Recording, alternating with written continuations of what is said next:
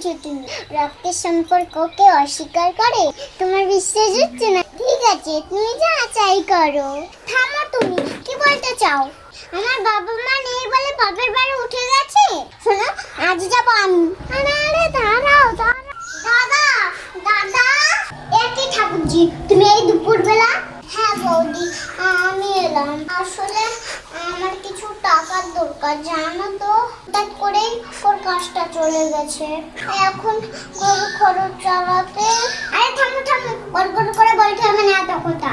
তোমার দাদা বাড়িতে নেই, তাই কোনো টাকা পাবে না এখন।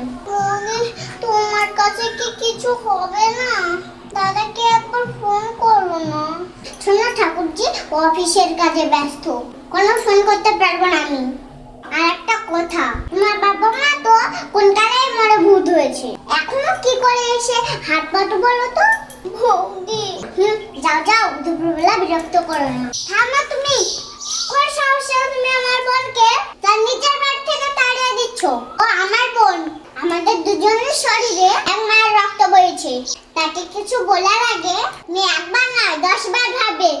আর কত টাকা চাইতে এসেছে বাড়িতে, ওর বড় চাকরি চলে গেছে। এখন তুমি যদি সব টাকা ওর হাতে তুলে দাও, তখন আমাদের কিভাবে চলবে? থাক, তোমাকে সেসব ভাবতে হবে না। বোন, তুই আমাকে ফোন করতে পারলি না? কত টাকা লাগবে তোর? এই নে, এতে 5,000 টাকা আছে, তুই এটা রেখে দে। আরো লাগলে আমাকে বলিস। না রে দাদা, আমার টাকা লাগবে না।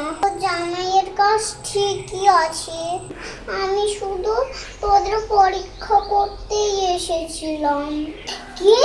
হ্যাঁ বৌদি, আসলে বাবা মা না থাকলে মেয়েদের বাপের বাড়িতে আগ্রহ যেমন উঠে যায়, তেমনি রক্তের সম্পর্ক। তাই বউ তোমাদের সাথে। বৌদি তুমি মাথা নিচু করো না, তুমি যা করেছো নিজের সংসারের কথা ভেবেই করেছো। তবে একটা জিনিস ঠিক আছে, আমার দাদার ভালোবাসা। জানো বৌদি, মা যখন আমাকে বকতো, দাদা আমার জন্য মায়ের সঙ্গেও ঝগড়া করতো। ঠাকুরজি ক্ষমা করো, তোমাদের ভাই বোনের মাঝে আমি আর কাটা হয়ে দাঁড়াবো না। সত্যি তো রক্তের সম্পর্ক চাইলেই অস্বীকার করা যায় না।